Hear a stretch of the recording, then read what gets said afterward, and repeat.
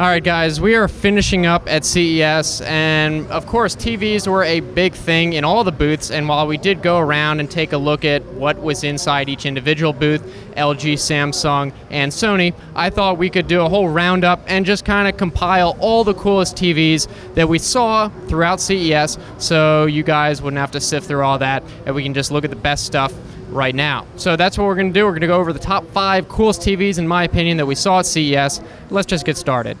The first of these TVs is actually from Samsung, and it's not available yet to buy. It's more of a concept, but if it can do everything that they claim it does, then this is a huge deal.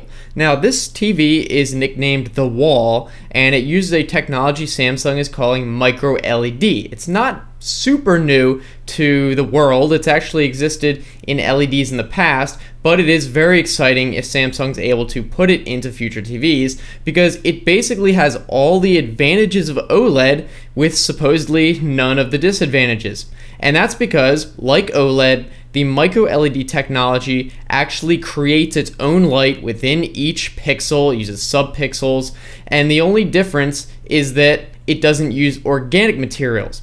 So you get those perfect black levels where the black level is literally 0, but the issues with OLED, which are like the degradation of the pixels, which results in color shift over time, and also the risk of burn-in, which is apparently not in this type of TV as well. So it can do basically apparently all the stuff that OLED can do with not a lot of the disadvantages, if any. The only problem, of course, is that it is very expensive, and we might not see it in the market for a while, at least at a reasonable price. But still really exciting, because this is the first time we have something that can truly possibly compete with OLED.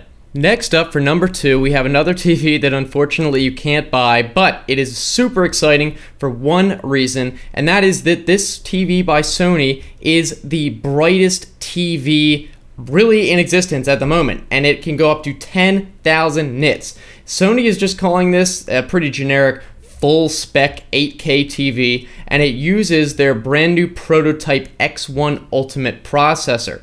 So again, you can't buy it, and the current TVs that they just announced actually use the X1 Extreme type processor, so we won't see this new processor until next year most likely, but the fact that they can do this is extremely interesting. So I think it's really awesome that already we're getting TVs that are capable of the full range of these high dynamic range specs that were really designed to be future-proof, and yet after just a couple years, we've already reached it. We might have to future-proof it even more. Alright, so now for those previous two, obviously you couldn't buy these, but these next ones you can, starting off with the LG AI OLED TV ThinQ. That is a mouthful, but that is what LG decided to call this, and it's very similar to their previous LG OLEDs, where, you know, it's got amazing picture as usual, but the main addition here is AI in the form of Google Assistant. So really, AI has been a big focus of LG and a lot of companies. They developed things like the Chloe robot,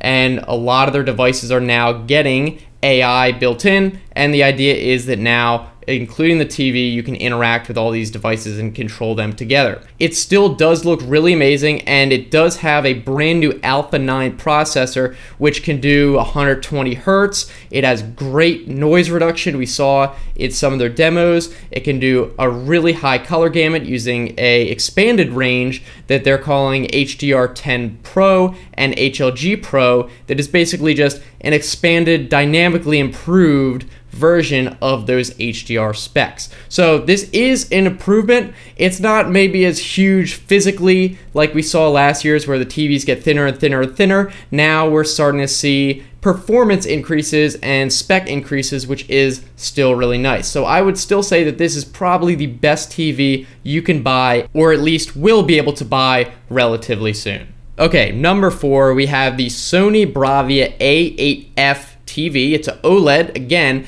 and this is one of the best looking TVs, I would say. Of course, it's a panel actually manufactured by LG, just Sony built the rest of it. So of course, it's gonna have probably the best picture behind LG's originals. And while this isn't a huge improvement over last year, really the main difference is just the form factor. I had to put it at number 4 because even though it's not super changed, it does, in my opinion, still have the next best picture, so it gotta go at number 4. So, like I said, the stand is about the only different thing. Before you had the stand on the back, and now you have the stand on the bottom. Although they did not get rid of the A1E series, they just added this one in, and it's really just down to preference at this point. Of course, Sony didn't just take the panel and throw it into a TV and that's it. They did, of course, add their own processor, which does give it a unique edge that does make it stand out. Because if you're not aware, Sony makes some of the best imaging sensors, especially for cameras, so they're able to use that knowledge to create really good image processors that can be used in TVs. So if you look at these TVs, they do look amazing, they look sharp, they have great color reproduction, so it does look great, and it's not just because LG made the panel. Alright, for number 5, finally, we have LG's Super UHD NanoCell TVs. Now, these are another great alternative to OLED. They're not as expensive, it's a great budget option, although of course you're not going to get quite as great a picture, although it is, in my opinion, better than Quantum Dot because LG has been working on some different technologies, specifically that nanocell technology, which they are calling basically a new generation of images besides Quantum Dot. It's a completely different technology, not something that just builds upon it. And how this nanocell technology works is it basically has just a very thin film material over the LEDs, which absorbs any ambient light that would be incorrectly produced potentially by the LED panel, and then it just releases the rest of the pure color that is meant to be displayed and not anything extra. So instead of like Quantum Dot, which actually kind of adds color to correct for incorrect colors from the LED panels and cancel it out potentially, this actually just removes it altogether. So theoretically, according to LG, this should be better than Quantum Dot, although it's impossible to tell how much of that is just marketing. Of course, they're going to want to promote their own technology over another company's, but still, I would say that I have more trust in this than Quantum Dot, which has been around for a while, so I think it's still probably the better choice. So that is it, CES 2018, the coolest TVs. You can let us know what you think, which you thought was the coolest, and of course we'll have to see what they come up with next year. It's always very surprising. So thanks again for watching, guys. Hope to hear from you, and have a good one.